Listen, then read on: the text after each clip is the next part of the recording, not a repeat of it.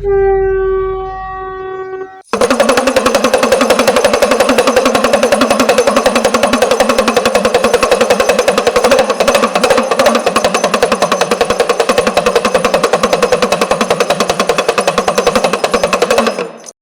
श्री काल भैरव। आज के इस पॉडकास्ट में हमारे साथ हैं ज्योतिर्गुरु विकास जी महाराज। जय श्री काल भैरव महाराज। जय श्री काल भैरव।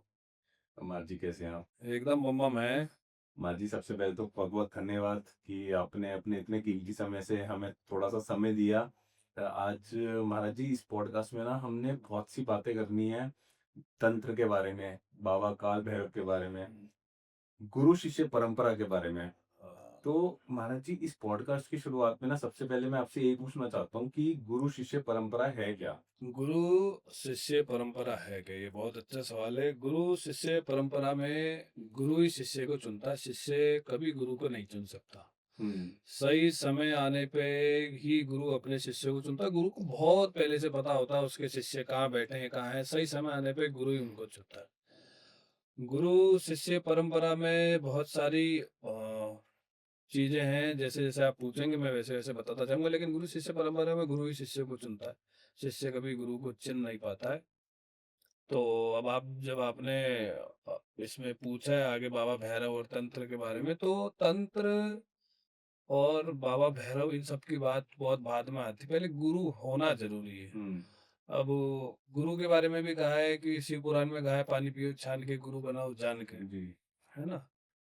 तो जिस गुरु के समक्ष बैठते ही आपके मन की अवस्था, आपकी चेतना की अवस्था सुनने को प्रदान होनी शुरू हो जाए, आपके मन में कोई व्याधि न रहे, कोई सवाल नहीं रहे, उस गुरु की ऊर्जा में बैठते बस मन की अवस्था सुनने की तरफ जाना शुरू, आप समझ जाओ कि आप सदगुरु के पास पहुंच गए। तो वो अपने आप संकेत दे देंगे। हाँ। और जैसे अब आपने बताया ना कि गुरु ही शिष्य को चुनता है। हाँ। तो गुरु जी कुछ लोग ऐसे भी हैं, अगर हम यूथ की बात करते हैं, जो चाहते हैं कि उनको कोई गुरु प्राप्त हो, बट जैसे आपने बताया कि शिष्य कभी गुरु को नहीं चुन सकता, तो वो क्या अपनी तरफ से कर सकते हैं कि वो जो सही समय आपने कहा कि सही समय पे आने पे ही गुरु शिष्य को चुनेंगे, तो वो अपनी तरफ से क्या कर सकते हैं कि उनको उनके गुरु से उनका मिलन हो जाए? वो सिर्फ अपनी, जो आपने प्रश्न पूछा है वो महादेव से अर्जी लगाएं कि, क्योंकि गुरु कोई इंसान नहीं होता है, गुरु एक तत्व होता है जो स्वयं शिवत्व को उपलब्ध होता है, स्वयं साक्षात गुरु शिव का ही प्रतिबिंब होता है। तो वो महाकाल से अपनी अर्जी लगाएं कि उनके जीवन में जो उनके गुरु हैं वो जल्द से जल्द पहुंचे। तो महाकाल सबकी अर्जी स्वीकार करते हैं, आपकी भी करेंगे, सबकी करेंगे जी। और गुरुजी जैसे हमने स्टार्टिंग में बोला कि हम आज बाबा काल भैरव की बात करेंगे, तो काल भैरव बाबा की सिद्धि में गुरु का कितना महत्व है? देखो, बाबा काल भैरव की नहीं, कोई सी भी सिद्धि हो ब्रह्मांड की, है ना, वो बिना गुरु के हो नहीं सकती है ना। क्योंकि गुरु ही आपको सही दिशा देंगे, क्योंकि गुरु सबसे पहले आपको दीक्षा देंगे और गुरु ही जानते हैं कि आपके लिए सबसे सर्वश्रेष्ठ क्या है। हाँ, ये बात सही है कि साधना के क्षेत्र में, तंत्र के क्षेत्र में बाबा भैरव ही नर्सरी है और वहीं से पीएचडी होती है। अच्छा। बिना भैरव के तंत्र स्टार्ट नहीं होता है। शास्त्रों में ऐसा वर्णित है, भैरव पूर्ण रूप से शंकर से परमात्मा ना मूढ़स्त्व ना जानती मोहिता शिव माया। भैरव भी पूर्ण रूप से शिव है, शिव भी पूर्ण रूप से भैरव है, लेकिन शिव की माया के कारण मूर्ख लोग नहीं समझ पाते हैं कि शिव ही भैरव और भैरव ही शिव है। और साक्षात भैरव तत्व ही गुरु तत्व होता है। ये बहुत गूढ़ बात है, जो साधक लोग आपके माध्यम से इस चीज को सुनेंगे, या जो गुरुजन जो बहुत आगे हैं वो सब इस रहस्य को जानते हैं, आसानी से कोई बताए। क्योंकि गुरु शिष्य परंपरा में पहले गुरु शिष्य को बहुत अच्छे से ठोकता है, बजाता है, उसके बाद उसको अपना अंश देता है। गुरु अपने जन्मों जन्मों का तप, जन्मों जन्मों की साधना आपको क्यों दे देगा? ऐसे ही क्यों दे देगा? इसलिए मैंने बोला कि गुरु शिष्य परंपरा बहुत अलग होती है। शिष्य को भिक्षा मांगनी होती है, गुरु के हर परिपाटी की परीक्षा में उसको सफल होना पड़ता है, तब गुरु का कोई भाव होता है, तब वो दीक्षा प्रदान करता है। अभी दीक्षा का तो मार्केट चल रहा है, अच्छा। हर कोई दीक्षा दे रहा है। मतलब जैसे आपने बोला मार्केट चल रहा है, ये इसलिए आपने ऐसा बोला कि ऐसा क्या हो रहा है इस समय संसार में? मतलब संसार में ऐसा हो रहा है कि 5 लाख में जिन ले जाओ, 6 लाख में अप्सरा ले जाओ, अच्छा। 11 लाख में ये सिद्धि ले जाओ। तो ऐसा कभी होता नहीं। गुरु अपनी जन्मों जन्मों का तप भाई दीक्षा का मतलब क्या होता है? इसे कान में फूंक देना दीक्षा थोड़ी होती है। जैसे आपका जो शरीर है, हो सकता है ये 35-36 साल का हो, लेकिन इसके अंदर जो आत्मा आ रही है, वो पीछे से हो सकती है 5000 साल पुरानी हो, 10,000 साल पुरानी हो। तो उसके जो पाप, पुण्य, प्रारब्ध जो चल के आते हैं, वो इस शरीर को भोगने पड़ते हैं। और जब गुरु दीक्षा देते हैं, तो जो आपके पीछे पाप, पुण्य जो चले आ रहे हैं, वो सब गुरु अपने सर लेता है। हुँ, आपकी आत्मा बिल्कुल नई हो जाती नए शरीर से चलने के लिए। नया अब जीवन हो जाता है। हाँ, तो जब गुरु आपको अपना बीज आपके अंदर स्थापित करता है, तो फिर वो आपकी मेहनत उसको कितने अच्छे से फलित करती है, वो आपकी मेहनत रंग लाती है। जी, तो वही मेरे को पूछना था कि जैसे अभी किसी की गुरु दीक्षा हो गई, हाँ, उसके बाद शिष्य का क्या कर्तव्य बनता है गुरु के प्रति? शिष्य का ये कर्तव्य धर्म है कि जो गुरु के बताए हुए वचन है, जो गुरु के दिए हुए शब्द है, जो गुरु का बताया हुआ अनुष्ठान है, जिस तरीके से गुरुदेव भगवान ने उनको बताया है, उस तरीके से वो बिना सोचे समझे करे। हुँ, क्योंकि हमने हमारे पूरे जीवन काल में एक ही चीज पाई है, एको ही मंत्रम गुरुवे शरणम। न जानामि तंत्रम न जानामि मंत्रम, एको ही मंत्रम गुरुवे शरणम गुरुवे शरणम। गुरु की शरण से सब कुछ होता है, गुरु कृपा केवलम। जी। बिना गुरु के कुछ भी नहीं होता है। हुँ। अच्छा गुरुजी एक चीज़ मेरे को और पूछनी थी कि कुछ लोग ऐसा बोलते हैं कि भगवान के समक्ष या फिर अपने गुरुदेव के समक्ष अगर आपको कुछ अ, माया कहने में जो भी कि आपको अगर कुछ चीज़ चाहिए ना तो आपको माँगनी पड़ेगी। हुँ, तो ऐसा है कि अगर भगवान के समक्ष भी हुँ, कुछ आप बिना माँगे कुछ नहीं मिलेगा कि जैसे कई बारी किसी का भाव होता है मैं अपना जैसे बताता हूँ कि कभी मंदिर में गए या गुरुदेव के समक्ष भी गए हुँ, तो बहुत से लोग होते हैं कि वो माँगते हैं कि मुझे 1 लाख रुपए की ज़रूरत है या कुछ कि आप कृपा करो। बट मेरे अंदर ऐसा भाव आता है कि आपको तो सब पता है, हुँ। तो मुझे बोलने की ज़रूरत है। तो क्या खुद माँगना चाहिए कभी? या वो भाव अच्छा है जो मेरे अंदर आ रहा है कि आपको सब पता है? देखो माँगना कभी किसी से नहीं चाहिए। क्या गुरुदेव भगवान से आप माँगोगे तभी उनको पता होगा कि आपको क्या चाहिए, क्या नहीं चाहिए। आप माँग कर अपनी चीज़ें सीमित कर लेते हो। सकता है गुरुदेव भगवान ने आपके लिए समुंदर सोचा हो, लेकिन आप छोटा-सा तालाब माँग के वहीं सिमट जाते हो। हुँ, तो गुरु आपको देना चाहता है अपार समुद्र, और आप छोटी-छोटी और माया की बात करते हो। आप जब उस श्लोक को पढ़ते हो, गुरु परब्रह्म, तो गुरु तो साक्षात परम ब्रह्म है, सर्वोच्च माया के अधिपति गुरु है। उनसे आप माया मांगकर अपने आप की भी बेइज्जती कर रहे हो। और गुरुदेव भगवान तो सब जानते ही हैं कि आपको क्या चाहिए, लेकिन वो आएगा तो गुरु के माध्यम से। कब आएगा कब नहीं आएगा वो स्वयं गुरुदेव भगवान सब जानते हैं। तो जी। आप मांग करके जो उधर से बहुत बड़ा आशीर्वाद या कुछ भी आने वाला होगा, तो आप सब सीमित कर लेते हो, आप छोटी सी जगह में अटक जाते हो। तो हुँ। गुरु से कभी नहीं मांगा जाता है। गुरु के सामने तो बस सिर्फ मौन होकर बैठा जाता है, उसी में सब कुछ हो जाता है। महाराज जी जैसे मैं स्टार्टिंग में कहा था कि आज हम तंत्र के बारे में बात करने हुँ। वाले हैं। तो बेसिक उसमें आप बताइए कि तंत्र होता क्या है एक्चुअली में? देखो, तंत्र एक प्रणाली है। तंत्र चलता है तन से, हुँ, मंत्र चलता है मन से। इन दोनों का समावेश है यंत्र। ठीक है? और तंत्र कोई झाड़-फूँक का मार्ग नहीं है। हुँ, तंत्र तो मुक्ति और मोक्ष का मार्ग है। कोई भक्ति से जाता है, कोई भजन से जाता है, कोई तंत्र के माध्यम से। तंत्र में अलग-अलग तरह की साधनाएँ हैं, सात्विक साधनाएँ हैं, तामसिक हुँ, साधनाएँ हैं, राजसिक साधनाएँ हैं। जैसे-जैसे गुरु उनको बताते हैं, उस दिशा से चलते हैं। लेकिन तंत्र का जो मार्ग है, वो झाड़-फूँक का मार्ग नहीं है, वो मुक्ति और मोक्ष का मार्ग है। हुँ। तो मतलब बेसिकली ये कह सकते हैं कि एक किसी क्रिया को करने का टेक्निकल हाँ, तंत्र एक प्रणाली है, वो माध्यम है ईश्वर तक पहुँचने का। अब आप सीधे रास्ते से जाएँ, चाहे पहाड़ चढ़ कर के जाएँ, चाहे आप एरोप्लेन से जाएँ, चाहे आप हेलीकॉप्टर से जाएँ, जाना तो एक ही जगह है। हुँ, अब आप रास्ता कौन-सा चुनते हैं, वो तो आपकी चेतना डिसाइड करेगी, और आपके गुरुदेव भगवान जो पूर्व जन्म से आदि अनंत काल से चले आ रहे हैं, वो डिसाइड करेंगे। हुँ। क्योंकि तंत्र वर्ड ना ऐसा है गुरुजी कि तंत्र वर्ड को सुन के ना लोग हमेशा अपने माइंड में नेगेटिव इमेज क्रिएट कर लेते हैं। हुँ, तो बस वही चीज़ मेरे को आपसे पूछनी थी कि क्योंकि मुझे उस चीज़ का ज्ञान है कि वो पॉजिटिव है ना कि नेगेटिव। हुँ, बट लोग अगर तंत्र सुनते हैं तो उनको जादू टोना हुँ, और ये सब चीज़ें ही दिमाग में आती हैं। तो हुँ। उस बारे में भी आप थोड़ा-सा बताइए कि तंत्र तो बिना गुरु के चलता नहीं है। तंत्र हुँ, को आजकल के लोगों ने डर का बना रखा है, जितना बड़ा डर है, उतना बड़ा पैसा है ना? ये डर का व्यापार है। अच्छा, तांत्रिक तो आप सभी लोग हैं, आपके घर में आप बीमार हो जाते हैं, माताजी आपकी नज़र नहीं उतारती, वो कौन-सी वैदिक पद्धति है मुझे बताओ ज़रा? हुँ, वो कौन से शास्त्रों में लिखा है कि रुई से या मिर्च से? तांत्रिक तो सभी लोग होते हैं। हुँ, तंत्र तो आप पैदा हो रहे जब से चला आ रहा है। आप कैसे कह सकते हैं कि हम लोग तंत्र में इन्वॉल्व नहीं है? वैदिक पद्धति तो फिर वही है कि आप 3 समय की गायत्री करें, भिक्षा माँगे, तो फिर पद्धति तो वो है, फिर आपको उस वैदिक पद्धति से चलना चाहिए। आप नज़र उतार रहे हैं, घर में नमक का पोंछा लगा रहे हैं, ये कौन-सी वैदिक पद्धति है बताओ? तंत्र ही है। हाँ, तंत्र में आप सब लोग शुरू से ही हैं, अब बात वो है कि आप लोग देखना नहीं चाहते। सत्य तो हमेशा सामने ही होता है। या शायद उसको एक्सेप्ट नहीं करना चाहते। आप एक्सेप्ट नहीं करना चाहते सत्य को। जी। सत्य सदैव सामने ही रहता है। हम देखना नहीं चाहते उसको। क्योंकि अब उसको क्या देखते ही करें? पीड़ा होती है ना। उस सत्य को देखते माया छूटती है। अच्छा।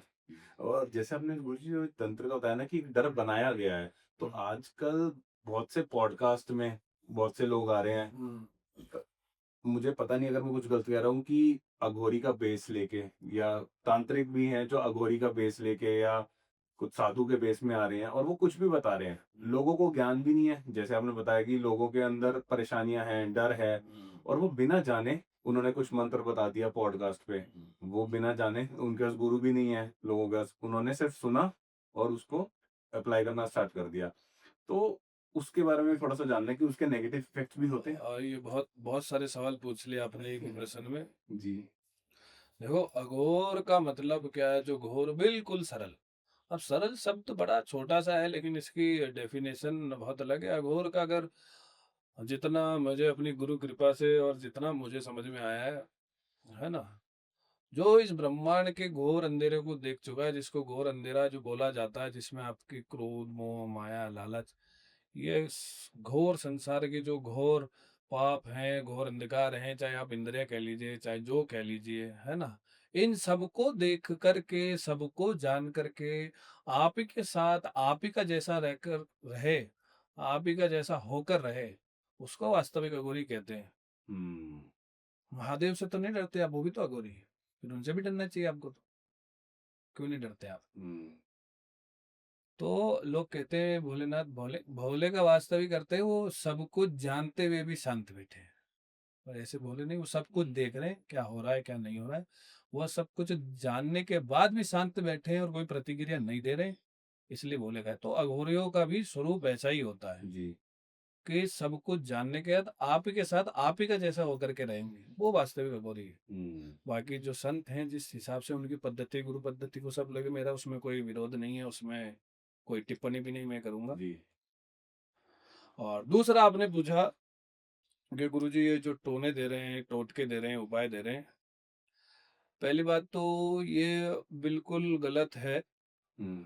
शास्त्रीय पद्धति में, वैदिक पद्धति में, एस्ट्रोलॉजी में कुछ विधान है जहाँ आप दे सकते हैं, लेकिन ये भोली वाली मासूम जनताओं के साथ खेल रहे हैं मंत्र दे करके, क्योंकि मंत्र देने का अधिकारी जो है, और मंत्र देने का अधिकार सिर्फ गुरु के पास है, या उस ब्राह्मण के पास है जो 5 टाइम भिक्षा मांग के खा रहा हो, त्रिकाल गायत्री कर रहा हो, है ना? गुरु के पास क्यों है? क्योंकि गुरु जिस भी मंत्र को देता है, जिस भी मंत्र को देता है, वो सब जान के चला के देख चुका है, क्या प्रभाव इसका पॉजिटिव है, क्या नेगेटिव है। जब गुरु अपने अंश से उस मंत्र को देता है, तो उस ऊर्जा को जो आपको प्रदान करते हैं, गुरु को पता रहता है कि वो करने से आपके साथ क्या होगा, क्या नहीं होगा। और अब आजकल यूट्यूब हो गया, चाहे जहाँ हो गया, खुलेआम मंत्र बँट रहे हैं, तो वो बिल्कुल गलत है। एक बात मुझे आप बताइए, किसी ने यूट्यूब पे ये उपाय दिया या इंस्टाग्राम पे कि ये करने से आपकी घर की नेगेटिविटी दूर हो जाएगी।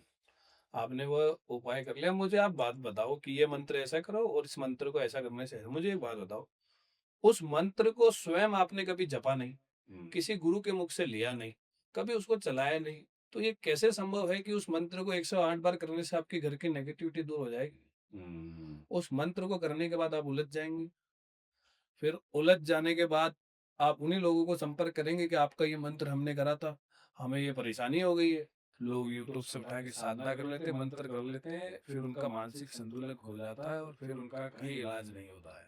तो मतलब अगर बिना गुरु की आज्ञा के या बिना उनके सानिध्य के आप कोई मंत्र करते हो तो उसके नेगेटिव इफेक्ट आप होते मुझे बताओ ना, गुरु के भगवान, गुरुदेव भगवान की जरूरत किसको नहीं थी? भगवान श्री कृष्ण के गुरु नहीं थे? हैं। श्री राम के गुरु नहीं थे? जी। 5 जो आप पांडव थे उनके गुरु जी नहीं थे? तो मतलब किसके गुरु? कर्ण के गुरु जी, सबके गुरु थे। जो एकलव्य थे उन्होंने भी गुरु करा, चाहे चित्र माध्यम से करा, लेकिन गुरु बनाया ना उन्होंने। तो बिना गुरु के कुछ नहीं हो सकता। जी। और जैसे पीछे हम गुरु जी तंत्र की बात कर रहे थे, तो तंत्र में आजकल पॉडकास्ट में ना 2-4 वर्ड्स बहुत सुनने को मिलते हैं।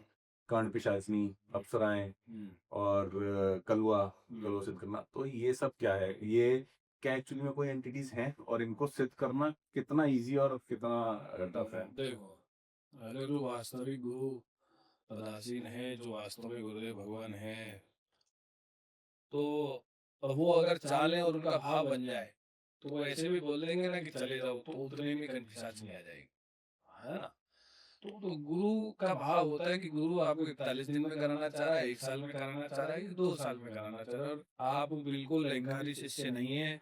आपका अहंकार हमेशा शून्य है, गुरुदेव के प्रति अकाट्य समर्पण है, अकाट्य विश्वास है, और आपके अंदर से कोई अहम की बदबू नहीं आती है, तो गुरुदेव भगवान की कृपा से सिर्फ सोचने मात्र से ही शक्ति आपके साथ आ जाती है। अच्छा। क्योंकि जब गुरु दीक्षा देते हैं, तो उस मंत्र में वो सारी ऊर्जाएं होती है जो गुरुदेव भगवान ने अपने सानिध्य साधना काल में जो करी होती है, क्योंकि आपके साथ अकेले नहीं होते, गुरु मंडल होते हैं जिन्होंने दीक्षा दी है, वो उनके गुरु जी, उनके गुरु जी, उनके गुरु जी, थ्री डिवीजन पूरा गुरु मंडल होता है। जब गुरु द्रोह होता है और जब गुरु रुष्ट हो जाता है, तो पूरा गुरु मंडल रुष्ट होता है। क्योंकि कहावत है कि अगर भगवान रूठ जाए तो गुरु पौड़ बताता है, गुरु रास्ता बताता है, गुरु टूट जाता तो कोई रास्ता नहीं होता। तो इसलिए हमेशा ध्यान रखें कि गुरुदेव भगवान हमेशा प्रसन्न रहे। चमत्कार, अब आप कहते हैं कि जब गुरु की कृपा होती है चमत्कार कैसे होते हैं? वो चमत्कार ऐसे होते हैं, जब गुरुदेव भगवान की जो शक्तियाँ होती है, जब उनका हवा मंडल में वहाँ बैठते हैं और जब शक्तियाँ देखती है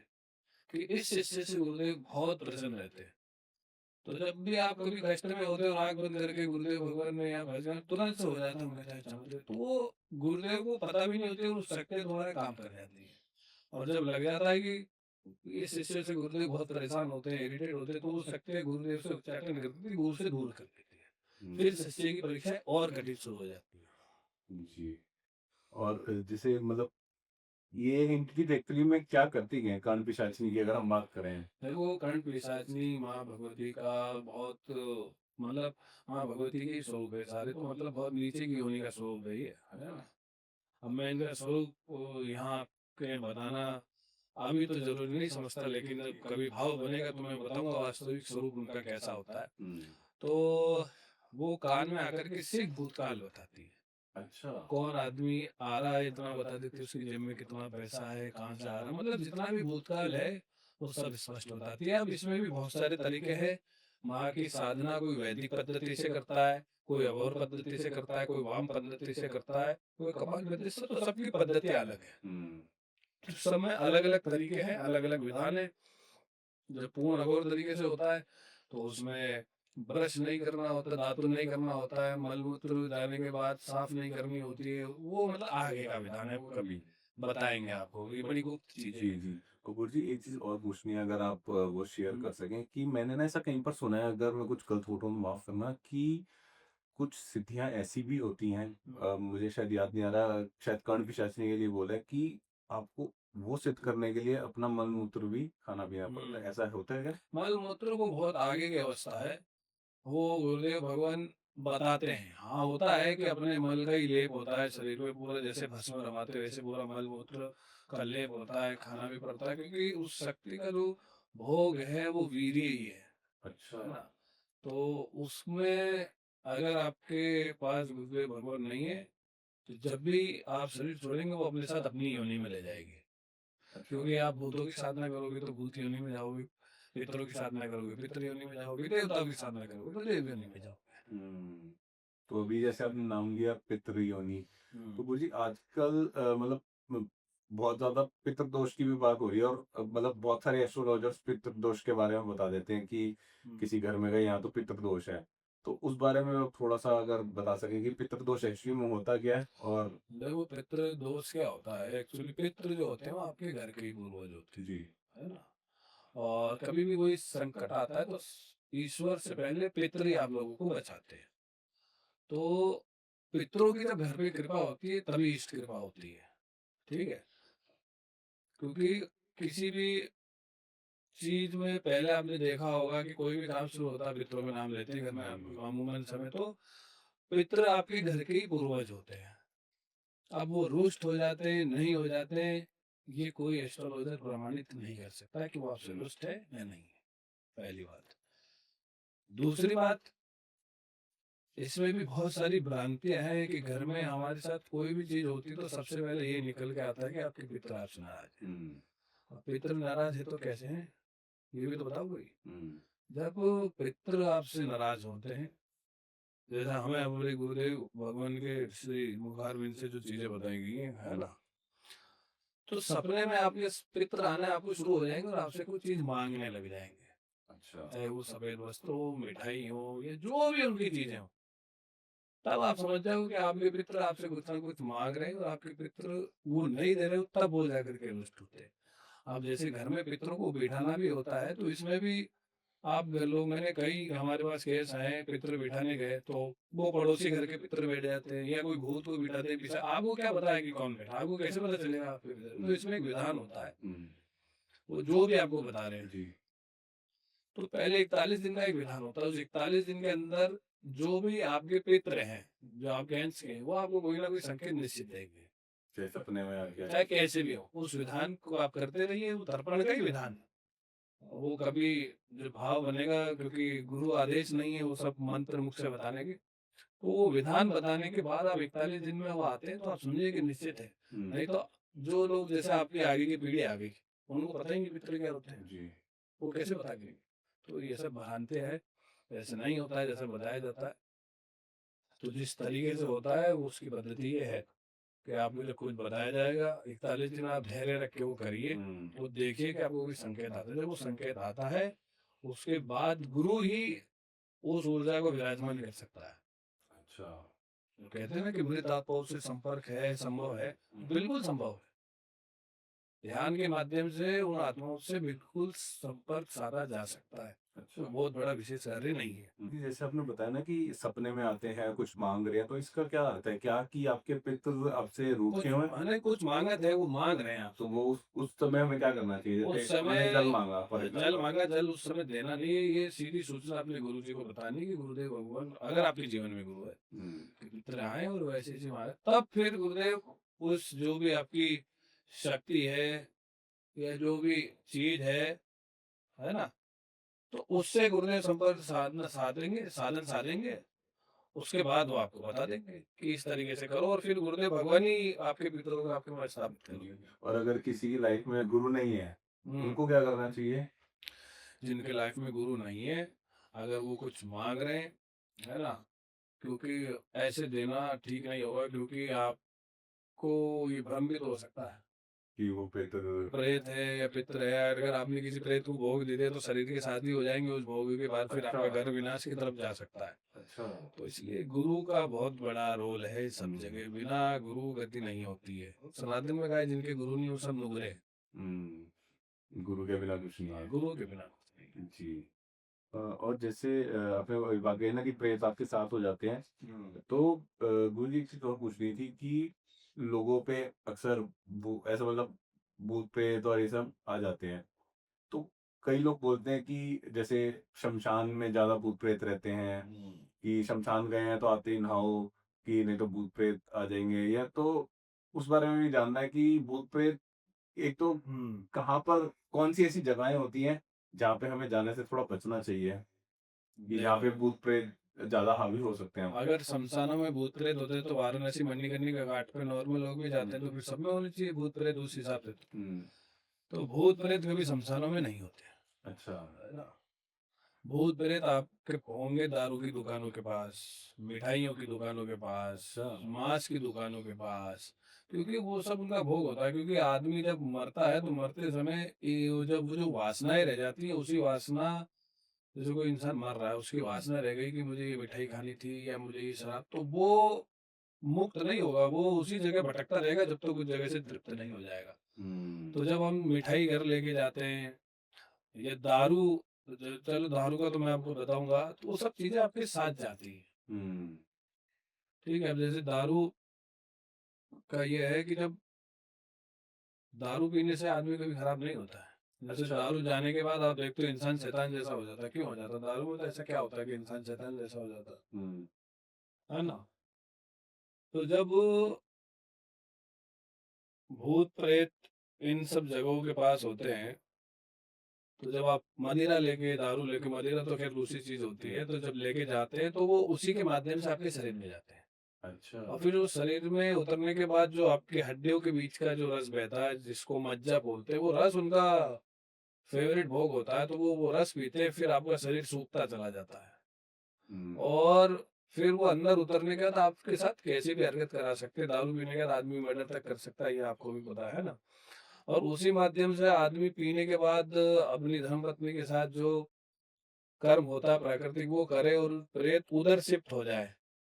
तो उसमें हमारे अनुभव में ये देखने में आया है कि अगर अच्छी लग जाए तो वो उधर शिफ्ट हो जाते हैं। अच्छा। और उसके बाद आप ये समझो, अगर वो अंदर जाके बैठ जाए तो वो पति पत्नी में कलेश शुरू करा देते हैं सबसे पहले, है ना। सबसे मुख्य तो यही होता है। और उसके बाद आप ये समझ लो बच्चा ना होना, 10-10 साल, तो यही सब कारण होते हैं उन सब चीजों के। ये बहुत बारीक से सूक्ष्म से कारण होते हैं। अच्छा, कई जगहों पे ऐसे होते हैं, कोई इतने ऊर्जावान और शक्तिशाली चीजें होती है, वो हर किसी के पकड़ में भी नहीं आती है। आप मंदिर में जाओगे, वो आपको घर के देवी देवता बता देंगे, पितृ बता देंगे, तो वो इतनी आसानी से पकड़ में नहीं आते हैं। हुँ। तो जैसे अभी आपने बताया ना कि पति-पत्नी वाला जो बात हो रही थी, हम्म, तो आजकल गुरुजी क्या हो गया ना कि एक तो लव मैरिज बहुत ज़्यादा बढ़ गई हैं हाँ। और डज़न्ट मैटर कि लव मैरिज है या अरेंज मैरिज, लोगों के तलाक बहुत जल्दी हो रहे हैं। हम्म। तो उसका क्या कारण है? क्या उसका भी इन सब चीज़ों से कोई रिलेशन है तंत्र या इन सब चीज़ों से? देखो, इसमें बहुत सारे आयाम हैं। सबसे पहले तो ये है कि आजकल की जो युवा पीढ़ी है या युवा अवस्था, उसमें धैर्य नहीं है, सहनशीलता नहीं है, तो सबसे मुख्य कारण तो यही है। हुँ। दूसरा, जब हमारे पास कुंडलियां देखने के लिए आते हैं या देखा जाता है, तो हम कुंडली तो देखते हैं। अच्छा। सबसे पहले उनके पूर्व जन्म चेक करे जाते थे कि पूर्व में दोनों कहाँ साथ थे। तो पूर्व जन्म कैसे चेक होते हैं गुरुजी? वो गुरुदेव की कृपा से हो जाता अच्छा। है ना। उनसे कोई मतलब नहीं होता है, उनका फोटो आता है, वो गुरुदेव भगवान ने जो क्रिया सिखा रखी है उससे सब देखता है। तो पीछे जाके देखा जाता है कि भाई ये लोग कहाँ थे। उसके बाद वर्तमान में उनका देखा जाता है क्या संबंध है ना।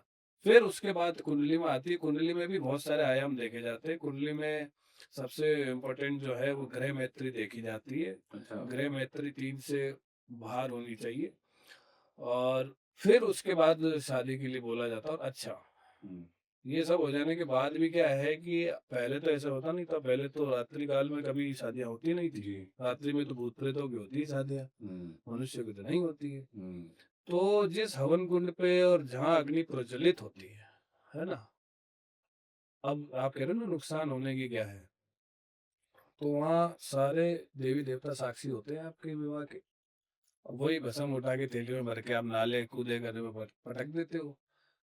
फिर उसपे कोई थूक रहा है या पेशाब कर रहा है, आपको क्या मतलब है। तो वो उसी का जो कर्म है वो सबको भुगतना पड़ता है। हुँ। क्योंकि वो भस्म वहां से कोई इकट्ठी करके थोड़े ले जाता है। वो तो वहां से उठा के कोई फेंक देते हैं, या जिसको ध्यान होता है वो तो उस भस्म को इकट्ठी करके अपने साथ ले जी। जाते हैं। आजकल जैसे बैंक्वेट हॉल में शादी होती है, तो हाँ, वो चले जाते हैं पीछे वो फेंकते ही वो होंगे। फेंकते ही हैं नदी नाले में। अब उसका जो दोष लग रहा है वो कौन भुगतेगा? वो पंडित भी भुगतेगा, और जिनकी शादी है वो भी भुगतेंगे। हुँ। और वो बहुत पावरफुल चीज होती है। वैसे चलो, इतनी बात चल रही तो मैं बता देता हूँ। अगर उस भस्म को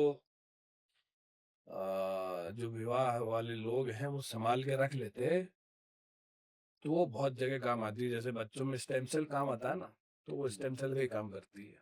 हुँ। कोई बच्चों को ऐसी बीमारी हो जाए जिसका इलाज नहीं मिल रहा है, तो वो भस्म से बहुत कुछ होता है। अब ये बात मैं बताऊंगा तो साइंस वाले लोग मानेंगे नहीं, इसमें हुँ। बहुत सारे विवाद निकल जाएंगे। हुँ। लेकिन उस भस्म को संभाल के रखा जाए तो वो बहुत कुछ करती है, क्योंकि सारे देवी देवता और अग्नि स्वयं साक्षी होती है आपके विवाह के। उनका वास होता है सबका वो हाँ, उसमें। तो वो दिव्य भस्म होती है। हुँ। लोग समझ नहीं पाते उसे। तो सँभाल के किस तरह मतलब अपने घर के अपनी मंदिर में तिजोरी रखें? में रखनी चाहिए अच्छा, उसको। तिजोरी में। जब संकट होगा तो उसकी चेतना से आपको स्वतः ही चेतना आ जाएगी कहाँ काम आएगी। अच्छा। हाँ। हुँ। और गुरु जैसे हम अगर तंत्र की बात करते हैं, हम्म, तो आजकल जो सबसे ज़्यादा पॉपुलर मैं वर्ड बोलूँगा कि है, वो है शब्द वशीकरण। हम्म। वशीकरण क्या होता है? देखो, वशीकरण क्या है। वशीकरण षट कर्मों में आता है, जैसे मारण मोहन उच्चाटन वशीकरण विद्वेषण, है ना। तो षट कर्म करने की आज्ञा हमारे गुरुदेव ने हमें दे तो नहीं रखी है, लेकिन सिखाया सब कुछ है हुँ। ना। ऐसा नहीं सिखाया नहीं सिखाया सब कुछ है। अब जब वशीकरण में जो सबसे तीव्र शक्ति काम करती है, जो सबसे तीव्रता से काम करती है, वो शक्ति है माँ लूना चमारिन। अच्छा। माँ लूना चमारिन कामरू कामाख्या देश की रहने वाली है ना। माँ लूना चमारिन जो है, जो बाबा भैरव के जो डमरू नगाड़े जब निकलती थी सेनाएं, उसका जो चमड़ा था जो बनती वो माँ लूना चमारिन बनाती थी। अच्छा। और बाबा की बहुत परम भगत थे और गुरु गोरखनाथ जी के शिष्य है। तो वशीकरण में सबसे तीव्रता जो शक्ति काम करती है सटीकता से, वो माँ लूना चमारिन की करती है ना। और वशीकरण का ये मतलब नहीं है हर किसी को वश में कर लो। तो फिर आप उस हिसाब से तो फिर इतने सारे लोग हैं, सेलिब्रिटी है, नेता हैं आपके तो आप तो किसी का भी वशीकरण कर लो। वशीकरण सिर्फ उसी का हो सकता है जिसको आप जानते हैं, आपकी आत्मा की चेतना उसमें हो और उसके आत्मा की चेतना आप में हो, तभी वो चीज काम करती है। बाकी ऐसे कहीं से बैठ के आप सोचो उसको वश में कर ले, तो फिर दुनिया बिल गेट्स को कब की वश में कर लेती है। इतने सारे तांत्रिक है मार्केट में, मोदी जी को कर लो वश में, राहुल गांधी जी को कर लो वश में, तो ऐसे बहुत सारी सेलिब्रिटी को कर लो, फिर तो हर तांत्रिक बैठ के सबको वश में ही करते रहते। तो ऐसे वशीकरण नहीं होता है। और उसमें भी और जैसे सटकर्म जो है, मैंने बताया जो विशेष सटकर्म है, वशीकरण करने के लिए भी बहुत सारी बाउंड्रीज को देखना पड़ता है। अच्छा, कैसी बाउंड्रीज? जैसे उनके घर के पितृ कौन है, उसका कोई गुरु तो नहीं है, कुल देवी कौन है, कुल देवता कौन है, क्षेत्र के देवता कौन है, ये सारे पैरामीटर्स आप भेद पाओ तब जाकर के वो चीज उसमें लगती है। और अगर नहीं आप भेद पाए, और क्योंकि जितनी स्पीड से आप चलाते हो और वहां से रिवर्ट हो गई, तो वो 10x स्पीड से वापस आएगी। और आपके पीछे गुरु सक्षम नहीं हुए, गुरु गलत, तो उसमें एक ही होता है मृत्यु। जो कर जिसने वशीकरण किया किया है अगर अच्छा। रिवर्ट आ गई तो। अच्छा। अभी चाहे मारण हो, चाहे विद्वेषण हो, चाहे उच्चाटन हो, कोई भी ये षटकर्मों को हाथ लगाते हैं, आप जितनी कर रहे हैं उतनी स्पीड से अगर वापस आ गए, अगर आप उसको दिशा नहीं दे पाए, क्योंकि आप तो अपने पे लोगे नहीं, उसको कहीं ना कहीं दिशा देनी पड़ेगी, उसको दिशा नहीं दे पाए तो निश्चित मृत्यु होगी। अच्छा। और या फिर अगर गुरु कृपा से बच गए तो आप अपना दिमागी संतुलन सदैव के लिए खो दोगे।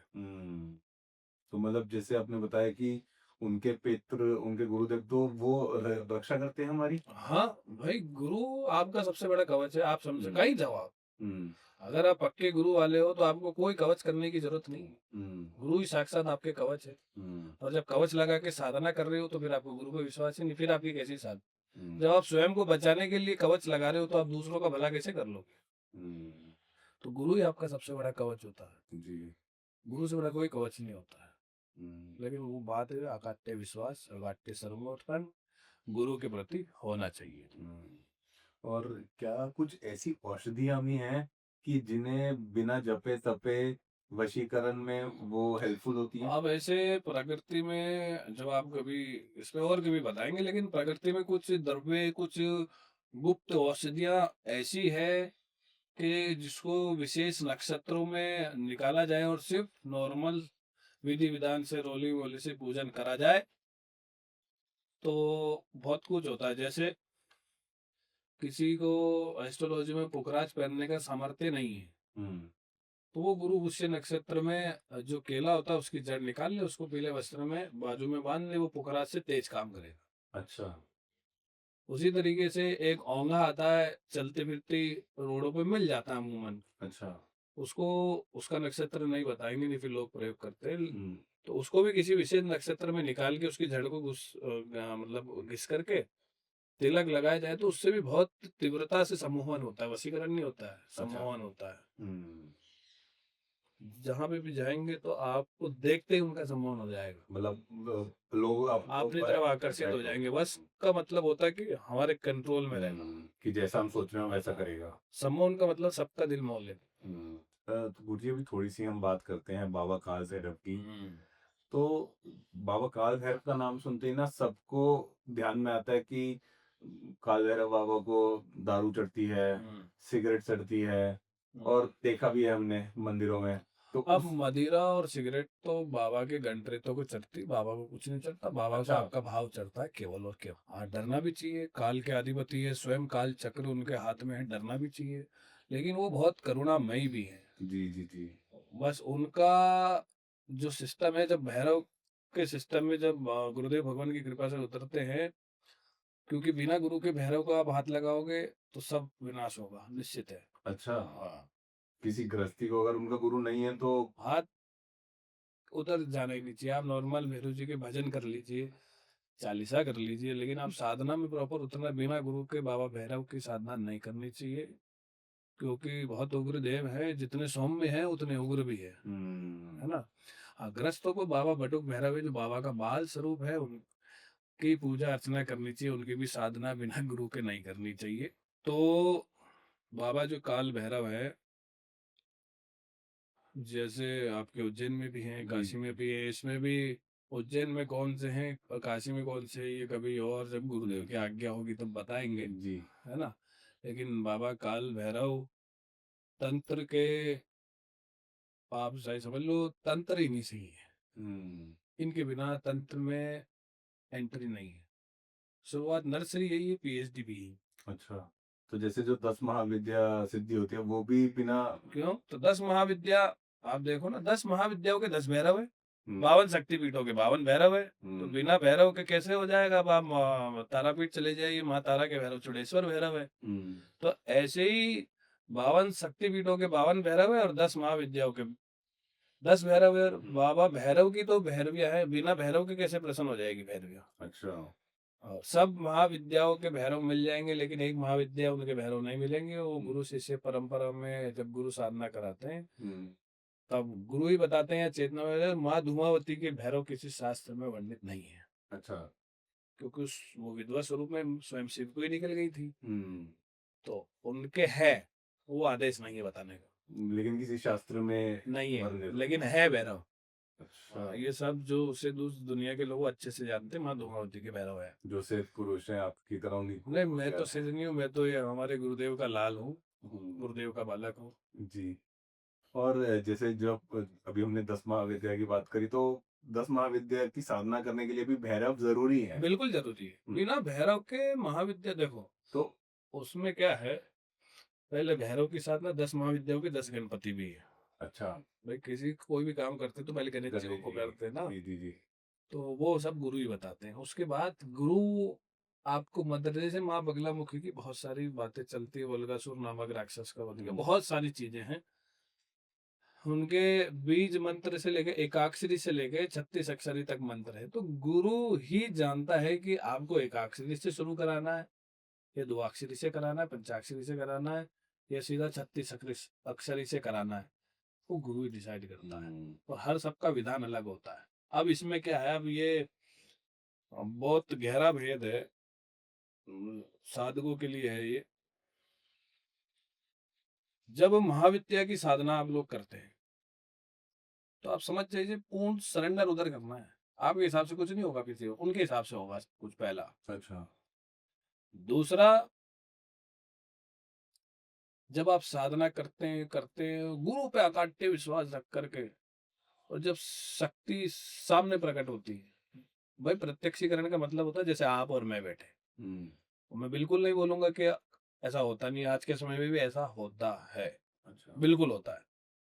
तो जब प्रत्यक्षीकरण मतलब आप और ऐसे आमने सामने जब चीजें प्रकट होती है, तो गुरु जिस शक्ति की साधना आपको करवा रहे हैं, तो उनकी विशेष मुद्राएं बैठाते हैं, है हुँ, ना। अब आप कहोगे कि गुरु जी शक्तियों से वचन लिए जाते हैं, तो वो वचन जो लिए जाते हैं, जब गुरु पे आपका अकाट्य विश्वास होता है, जब आप ध्यान की अवस्था में जब चीजें चल रही होती है, उस समय आप हट जाते हैं, गुरु प्रवेश कर जाते हैं। अच्छा। अब चाहे गुरु कोसों दूर हो, चाहे पास में हो, आप उधर से हट जाते हैं, गुरु प्रवेश। फिर गुरु आपके भीतर से बैठ कर उस शक्ति से वचन लेते हैं। अच्छा। 3 वचन जो होते हैं, वो 3 वचन उनसे लिए जाते हैं। और जब ये सब घटनाक्रम खत्म हो जाता है, तो फिर गुरु आपको 2 वचन बताते हैं, हुँ, तीसरा अपने पास रखते हैं। अच्छा ऐसा क्यों? क्योंकि गुरु, जो आपने सुना होगा, गुरु 99 देता है, 1 अपने पास रखता है। हुँ, तो जब गुरु को दिख जाता है कि शिष्य पूरा पूर्ण हो गया है, इसमें अहंकार, तब गुरु उसको तीसरा वचन बताता है। कि बिल्कुल शून्य हो गए जब हाँ, अहंकार को लेकर। क्योंकि अहंकार इतना सूक्ष्म सा होता है, बाल से भी सूक्ष्म होता है। छुप अच्छा, इसकी खासियत है ये चुपके से आता है, चुपके से चला जाता है, आपको पता भी नहीं चलता। और जैसे भी आपने बताया 10 महाविद्या, तो मेरे को ये पूछना है कि भैरव 10 महाविद्या की साधना में भैरव ही ज़रूरी क्यों है? जैसे आपने कहा कि उनके बिना कुछ नहीं है, तो ऐसा क्यों है कि वो ही ज़रूरी है? कोई कारण उसका? मैंने आपको बताया ना, भैरव की भैरविया है ना, जैसे शिव की ही, और जैसे स्वयं भैरव है, हुँ, तो ये भैरव की ही भैरविया है। हनुमान जी की भैरविया थोड़ी हो सकती है ना। अब वो सब चीज एक ही है, ये तो हमने अलग अलग चीजें, जैसे हमें एक बात बताओ आप, हुँ, पैदा करने वाला बाप एक होता है, 100 होते हैं, एक होता है। तो वैसे इष्ट भी एक ही होता है, हुँ, और गुरु ही आपका इष्ट होता है। ये कटु सत्य है। अब आप कहीं भटकते रहो, भाई हमारे जीवन में हमारे गुरुदेव भगवान ही, हमारे भैरव है, हमारे शिव है, हमारी काली है, हमारी राधा है, सब मेरे गुरुदेव ही है। मुझे जिसके भी दर्शन करने होते हैं मैं उन्हीं में करता, मुझे कहीं बाहर नहीं जाना। हुँ, मैंने इसलिए कहा है, सारे तीर्थ धाम आपके चरणों में, तो जब सारे तीर्थ धाम श्री गुरुदेव के चरणों में, तो मैं धाम क्यों जाऊंगा, सब तीर्थ क्यों करूंगा, मैं मेरे गुरुदेव में सारे सारे तीर्थ धाम कर लेता हूँ। तो ये है। जी। और जैसे एक चीज़ और पूछनी थी अभी, जब आपने गुरुदेव की इतनी चर्चा करी है कि गुरु शिष्य परंपरा के बारे में, तो आजकल ना बहुत सी चीज़ें चल रही हैं और लोगों के मन में क्वेश्चन है, क्योंकि मैंने बहुत से कमेंट्स पढ़े हैं अपने पॉडकास्ट पे भी कि क्या गुरुदेव का चित्रपट अपने घर के मंदिर में रखना चाहिए या नहीं रखना चाहिए? कि कई लोग कहते हैं कि जैसे हम घर में 4-5 मूर्तियाँ हैं अलग-अलग भगवान की, तो साथ में गुरु का चित्रपट भी रख के उनके रोज़ पूजा। मुझे एक बात बताओ, हुँ, बड़ा सिंपल सा क्वेश्चन है, जी। आपकी कोई गर्लफ्रेंड? नहीं, मैं तो विवाहित हूँ। वाह, ठीक है। जी।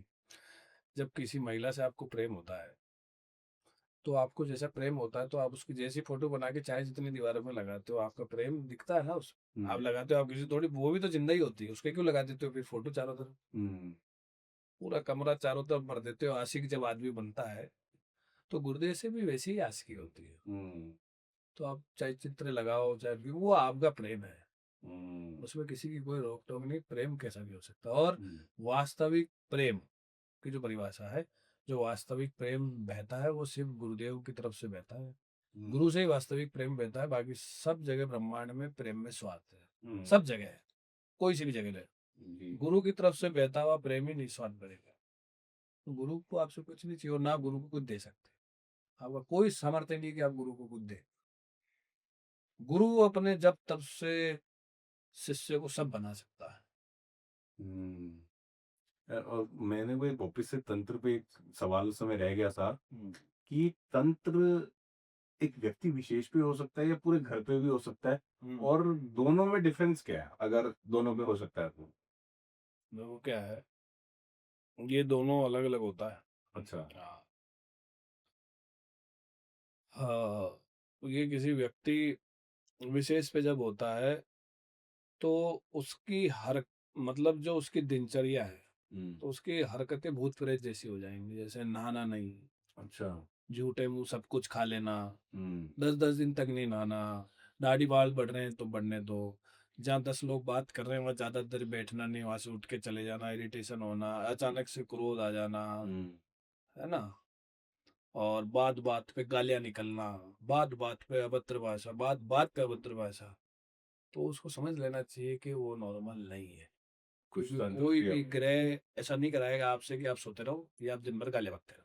हुँ, कोई ग्रह कितना खराब हो जाए ऐसा आपसे नहीं कराएगा। हुँ, ठीक है, आप समझ जाओ कि आप उस प्रभाव में हो, क्योंकि आपके तन में दिक्कत है तो डॉक्टर के पास जाओ, मन में दिक्कत है तो मेरे पास आ, हुँ, उसका इलाज मैं करूंगा, जी। है ना। तो और घर पे जब होता है, तो घर में सबसे पहले बिना बात के कलेश शुरू होते हैं, और सबसे ज्यादा अमूमन ये देखने में आएगा वार त्योहार पे ही कलेश होंगे, बाकी कलेश नहीं हो। जब जब खुशी का पर्व आएगा, कलेश होंगे। दूसरा, घर में दूध बार बार फटेगा, अच्छा। चाहे आप कितना गर्म कर लो, कितने अच्छे से रख लो, वो बार बार फटना शुरू हो जाएगा। हुँ, ठीक है, आप समझ जाओ उस समय। तीसरा, जो भी आप घर में आरती पूजा पाठ का कर्म है, निश्चित कर्म है, वो अनिश्चित हो जाएगा। जैसे आप 8 बजे आरती करते हैं, तो फिर वो कभी 10 बजे करेंगे, कभी नहीं करेंगे, कभी मंदिर के पट खुल रहे हैं, कभी नहीं खुल रहे। 5वां, घर से बाहर निकलते, ये जब घर पे तंत्र होता है, जब घर से बाहर निकलते आप बहुत अच्छे रहेंगे, कोई टेंशन। घर के अंदर आते फिर वो माता आपके घर आने की भी इच्छा नहीं होगी। हम्म। और फिर उस एक घर में काली-काली छाया कुछ समय के बाद दिखनी शुरू हो जाती।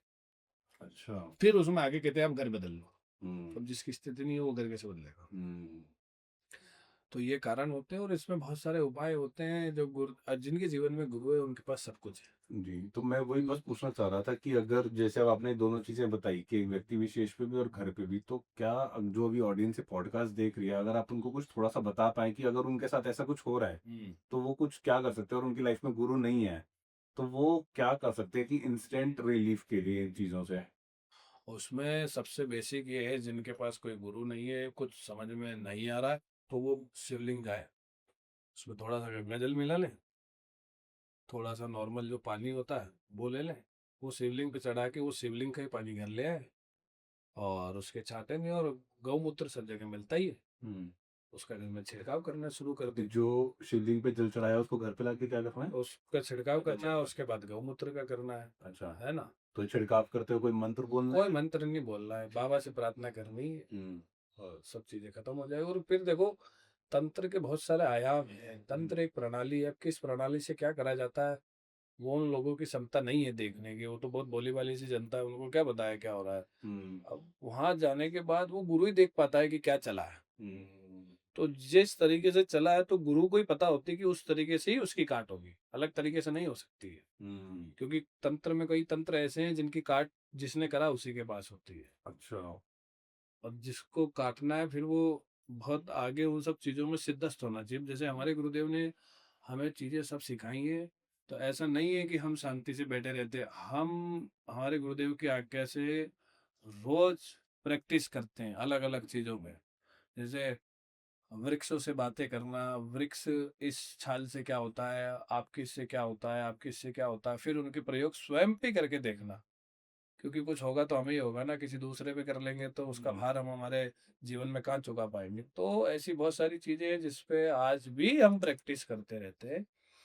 और उसमें कहीं जगह नुकसान हुआ है, कहीं सफलता भी मिली है। जो सफलता मिलती जा रही है वो साधना में ऐड होती जा रही है, जिसमें जी। निसफल हो रहे हैं उसमें देख रहे हैं कि निसफल क्यों हुए। हुँ। और जैसे गुरुजी की अगर किसी मतलब घर पे कुछ, ये तो बात हो गई तंत्र की, कि अगर हम बोलते हैं कि जैसे किसी घर में किसी ने सुसाइड कर लिया हम्म। पहले, हम्म। फॉर एग्जांपल पहले उस घर में कोई और रह रहा था, बाद में कोई और आ गया, हम्म। और पहले किसी ने सुसाइड कर लिया या कोई अकाल मृत्यु हुई है, हम्म। उसका भूत प्रेत वहां पर भटक रहा है, हम्म।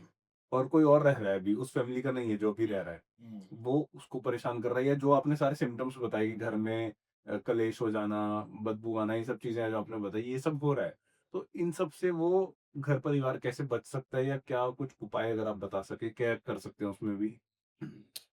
जिस घर में पहले से अकल, देखो पहली बात तो क्या है कि जब आप घर लेने जाते हो आप नया ही बनाओ, पहली बात। अच्छा। दूसरी बात, अगर आपको घर लेना भी पड़ रहा है तो आप ये देखो कि उस घर के जो लोग थे वो कैसे थे। हम्म। अगर भाई उस घर के लोगों की ऊर्जा, उस घर में रहने वाले लोग कर्ज में थे हम्म। या भूत प्रेत थे, तो आप सब उस ऊर्जा से सफर करेंगे ही करेंगे। नहीं, अभी जैसे हम बात करते हैं, अगर कोई मतलब आजकल ऐसी बहुत जनता इंडिया में जो रेंट पे रह रही है, हम्म। तो पहले पता नहीं कितने लोग रेंट पे रह कर गए हैं, हम्म। उस केस में? उस केस में आप कोई अच्छे आचार्य पंडित जी हो तो वहाँ आप सप्तशती का पाठ करा लीजिए, दुर्गा सप्तशती का। अच्छा। तो वातावरण भी शुद्ध हो जाएगी, ऊर्जा भी शुद्ध हो जाएगी, अच्छा। है ना? लेकिन गुरु आदेश से। गुरु आदेश से, हाँ। गुरु आदेश के बिना कुछ? बिना गुरु आदेश के कुछ भी नहीं हो सकता। आप कहीं पे भी जाओ, चाहे थोड़ा सा बच जाओ, लेकिन बिना गुरु के कुछ हो नहीं पाएगा। हम्म। क्योंकि उनके बिना कुछ संभव नहीं है। मैं मतलब वैसे भटकाना नहीं चाहता लोगों को, आप ये कर लो वो कर लो, क्योंकि उससे कुछ होता नहीं। आपके मन की सेटिस्फेक्शन हो जाएगी 2 दिन की, हम्म। उसके बाद फिर से वही सब शुरू हो जाएगा। जी। और एक चीज और पूछ रही थी मेरे को कि ऐसा भी बोला जाता है कि जब हम थोड़ा सा अलग प्रश्न है, तंत्र से मिलता हुआ नहीं है, बट ऐसे ही दिमाग में आया कि जब परिक्रमा लगाते हैं, कि हम्म। हम किसी मंदिर की परिक्रमा लगा रहे हैं, कहीं धाम में गए, तो ऐसा बोला जाता है जो भगवान की पीठ है, उस तरफ मत्था नहीं टेकना चाहिए, और अक्सर लोग करते हैं ऐसा, तो वो गलत है या सही? और अब देखो ये तो क्या है, बड़ा विवादित टॉपिक है। अच्छा। लेकिन जहाँ हमारे तंत्र में तो जिस जगह हमारे गुरु जिस जगह भगवान है उन्हीं के पीछे से भूत प्रेतों को भी चलाया जाता है। अच्छा, मतलब उन्हीं की पीठ हाँ, वाली उनकी साइड से। पीठ वाली साइड से ही चलाया जाता है ना। हुँ। तो ये सब के अपने अपने भाव है, आगे धोख देना पीछे धोख देना। हम तो हमारे गुरुदेव के चरणों पे धोख देते हैं, उसके अलावा कहीं नहीं जाते। हुँ। वहाँ धोख देने का मतलब 33 कोटि देवी देवताओं के धोख अपने आप रख गई। जी। और मतलब जो ये आपने बोला गुरुदेव, और मेरे को ऐसा लगता है, मैं अगर कुछ गलत बोल रहा हूँ तो माफ़ करना, कि जिनके गुरु नहीं है, अगर वो अपने माता-पिता के भी तो लग। हाँ, तो प्रथम गुरु आपके जी, माता पिता ही हैं। जी। ये गुरु आने के बाद तो आपका सब छिन जाता है, हुँ, क्योंकि आपकी नई दिशा शुरू होती है, आपका गोत्र नाम सब गुरु आपको अपना देता है। हुँ, जब तक नहीं तो माता पिता ही आपके सर्वप्रथम गुरु है। आप उनकी सेवा कीजिए, उनकी सेवा से ही बहुत कुछ हो जाता है। जी। बहुत कुछ होता है, बहुत कुछ कष्ट टल जाते हैं। हुँ, वो गुरु तो आपको मोक्ष की राह पे ले जाने के लिए आते हैं। हुँ। और एक आखिरी सवाल, हम्म। कि आजकल बहुत से मैंने ऐसे तांत्रिक देखे हैं, स्पेशली यूट्यूब पे ही, कि वो अपने साथ कपाल लेके घूम रहे हैं। ट्रस्ट पे या कहीं पे तंत्र क्रिया करने भी गए हैं, किसी के घर गए हैं, तो वो साथ में कपाल लेके घूम देखो रहे हैं। क्या है, कपाल बहुत रिस्की होता है और डेंजर होता है। पहला, अच्छा। कपाल साधना, शव साधना और विशंबरी साधना, ये 10 महाविद्याओं की साधना, ये बहुत उच्च कोटि की साधनाएं हैं। हुँ, ये गुरु हर किसी शिष्य को कराते नहीं है, पहला।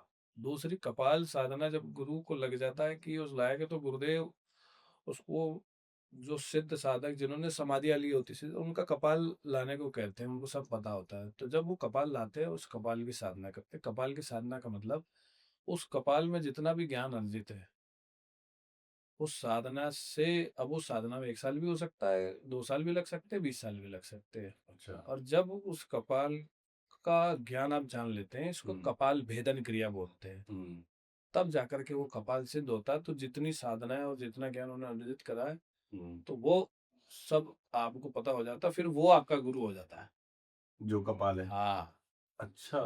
तो ये इतना आसान नहीं है। हुँ, सब साधना का रेशो है, कोई 1 लाख शिष्यों में से कोई गुरु के 2-4 शिष्य उस साधना को कर पाएंगे। अच्छा। ये रेशो है इनका, तो इन जो साधना। आजकल ये यूट्यूब पे कुछ हैं ऐसे जो लेके घूम रहे हैं, तो वो मतलब सिर्फ कपाल नहीं है? कोई नहीं है, वो सब दिखावा है। जितना बड़ा हुँ, डर है उतना बड़ा पैसा है। और हुँ, कोई कुछ है तो फिर आए, हमें करके बताए, कोई ऐसी जादूगरी है तो हम मान लेंगे, उसको गुरु मान लेंगे, हम हुँ, करके बताए। तो ऐसी एक मन की चेतना की शक्ति होती, मतलब चेतना की बहुत सारी आयाम है। तो जब चेतना के संकल्प से वातावरण को नियंत्रित करना, जैसे आप यहाँ बैठे हैं और आप चेतना में जागृति हो गई कि ऐसा हो जाना चाहिए और वैसा हो जाए, तो उसको चेटिका सिद्धि बोलते हैं एक, हुँ, है ना। तो वो गुरु के उससे ही आती है। जो भैरव के 8 आयाम है, हुँ, जिसमें उसमें बहुत सारी चीजें हैं, ठीक है। जो आपने पूछ मतलब जो आप जानना चाहते हैं, जी, आपने पूछा नहीं है, लेकिन जी, मुझे पता है, जो भैरव के 8 आयाम है, तो उसमें बहुत सारी चीजें चीजें हैं। मौन, सांसों पे आपका नियंत्रण, शमशान की चेतना, वाणी की चेतना, शब्दों की चेतना, ठीक है, शरीर की चेतना, आपका जो ये चमड़ी का, आप इसको कितना शुद्ध रखते हैं। तो ये सारे जब 8 आयाम पूर्ण होने के बाद, अब इसमें कौन किस जगह है ये कोई नहीं बता सकता, वो आप अच्छा। स्वयं जानते हो। हुँ, ये आपका गुरु जानता है। शब्दों की चेतना, आपके मुख से क्या बाहर आ रहा है, इस पे एक एक शब्द पे आपकी नजर है, तब तो सबको संतुलित बाहर आएगा, किसी को आहत नहीं हो सकता। और इस पे चेतना नहीं है तो कुछ भी बाहर आएगा। और इसका बिल बहुत लंबा आता हुँ, है ना। जी, हाँ, शमशान की अच्छा, शमशान से एक बात याद आई। जी, शमशान भी बिना गुरु आके के नहीं जाना चाहिए, अच्छा। है ना।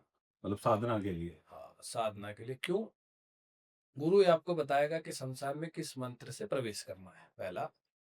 शमशान में किस जगह बैठना है, दूसरा। किस मंत्र से बैठना है, तीसरा। और क्या रख के, कौन से आसन पे क्या लगा के बैठना है, हुँ, कौन सी दिशा में बैठना है। तो ये बहुत कंपलसरी। हमारे गुरुदेव भगवान के पास हम सब शिष्य बैठे थे, एक घटनाक्रम है। तो सब शिष्यों को गुरुदेव भगवान संस्थान का कुछ समझा रहे थे और बोला था, मतलब कुछ घटनाक्रम बता रहे थे।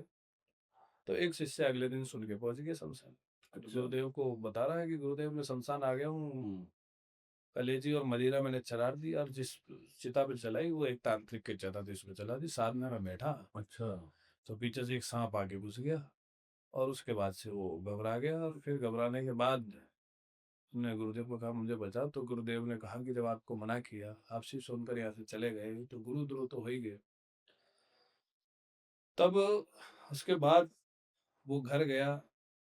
घर जाने के बाद उसका पूरा परिवार समाप्त हो गया, कुछ नहीं बचा। उसके शरीर में फंस पड़ना, मतलब उसकी मृत्यु की घटना हुई तो कोई एक पंडित उनको चलते फिरते उनके परिवार से मिले, बोले तुमने गुरुद्रोह किया है, गुरु के वचन नहीं माने, अब वही ठीक पड़ेगा। जब वापस वो गुरुदेव भगवान के पास आश्रम आए, तब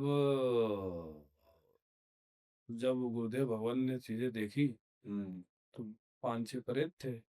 तो गुरुदेव भगवान के मुख से हमने सुना है, उनको हटाया, जो मेन तांत्रिक था वो पीछे बैठा था। अच्छा। तो तांत्रिक ने बोला इसने गुरुद्रोह कराया, महाराज इसको नहीं छोड़ेंगे। तो फिर जब उस तांत्रिक पे प्रेशर बनाना शुरू करा, तो गुरुदेव भगवान के जो 12 शिष्य थे उन पे असर पड़ना शुरू हो गया। तो बहुत प्रयास करे, बहुत प्रयास करे। तब फिर गुरुदेव भगवान ने कहा कि अब तुम बाबा की साधना करो तभी कुछ हो। तब फिर वही अहंकार, मैं देख लूंगा, कर लूंगा, क्या हो जाएगा, और भी गुरु है संसार में। फिर वो चला और कुछ ही दिनों में वो मृत्यु को प्राप्त हो गया। तो इसलिए बिना गुरु के इधर उधर कहीं हाथ नहीं लगाना। जहाँ आपकी जोन की जो आपकी स्टडी में नहीं होना, वहाँ स्टडी नहीं करनी चाहिए। क्योंकि शमशान में सब सम तो होता है, लेकिन वो बहुत प्रचंड होता है जो आपको दिखता नहीं है। क्योंकि जो होता है वो दिखता नहीं, जो दिखता है वो कभी नहीं होता। तो ऐसे ही जैसे लक्ष्मी का जो डायरेक्ट फ्लो होता है ना। अब आप कहोगे कि गुरुजी आजकल शेयर मार्केट के लिए भी बहुत कुछ बता रहे हैं लोग, तो शेयर मार्केट से पैसा आता है, ऐसा नहीं है कि पैसा नहीं आता है। लेकिन वो लक्ष्मी का फ्लो डायरेक्ट कोई पचा नहीं पाता है, क्योंकि वो लक्ष्मी का डायरेक्ट फ्लो है ना। आपको मेहनत क्या करनी है, आपको मूल्य चलानी दे, उतने में पैसा बन रहा है। तो जब लक्ष्मी डायरेक्ट फ्लो से आती है ना किसी भी माध्यम से, तब क्या होता है, आपको ब्रह्म पैदा होता है। अच्छा। माया आते भ्रम उत्पन्न होता है, भ्रम उत्पन्न होते राहु एक्टिवेट हो जाता है। फिर राहु एक्टिवेट होते आपको घुसा देता है, जितना लाए गलत हो कार्यों में। नहीं, जितना लाए हो उससे माइनस ले जाता है। अच्छा। लक्ष्मी का डायरेक्ट फ्लो कोई पचा नहीं पाता ना, वो गुरुदेव की कृपा से ही पचता है। क्योंकि जैसे ही माया आएगी, ब्रह्म पैदा होगा, मैं ऐसा, मैं वैसा, मैं ये कर सकता हूँ, मैं अब ये कर दूंगा, और तुरंत राहु एक्टिवेट होगा आपका। और राहु एक्टिवेट होते ही कि मैंने आज इतना कमाया ना, कल मैं 2 गुना कमाऊंगा, 2 गुने से माइनस होते हो आप। तो यही सबसे बड़ा मुख्य कारण है जो आज की युवा पीढ़ी शेयर मार्केट और दूसरी जगह माइनस में है जी। तो मेरे हिसाब से आप सब प्रश्न पूरे हो ही गए होंगे। बहुत बहुत धन्यवाद गुरुजी। लेकिन मतलब जब से ही पॉडकास्ट स्टार्ट करा हमने, तो मेरा ध्यान बहुत ज्यादा आपके साथ कुछ रखा है और इस पे लाल कपड़ा है, तो मैं जानना चाह रहा था, अगर आपकी आज्ञा हो तो। ये बाबा का भैरव दंड है, ये हमारे गुरुदेव भगवान ने हमें हाथ में दिया था। ये बाबा का दंड है। तो गुरुजी इतनी देर से इस पे कपड़ा कपड़ा की गुरुदेव का आदेश नहीं है ऐसे। अच्छा। क्योंकि लोग भय से भी डर जाते हैं, और फिर वही वाली बात है। क्योंकि गुरु अपने, जैसे ये चिमटा है, डमरू है, गुरु अपने अस्त्र और शस्त्र उसी शिष्य को देंगे जो उसका प्रयोग ना करे। क्योंकि ताकत नुमाइश की चीज नहीं है, जरूरत पड़ने पे स्वतः ही सामने आ जाती है। बहुत बहुत धन्यवाद गुरुजी एक और बार अपना कीमती समय देने के लिए जी। और अपना आशीर्वाद बनाए रखिए। एकदम आनंदित रहो, स्वस्थ रहो। और एंड में बस ये बोलना चाहूंगा, अगर इस पूरे पॉडकास्ट में मेरे से कुछ गलती हुई हो नहीं, तो गलती दिल से नहीं माफी। है। आगे और जब कभी भाव बनेगा तो बताएंगे आपको। ठीक। जी। जय श्री काल भैरव। जय श्री काल भैरव।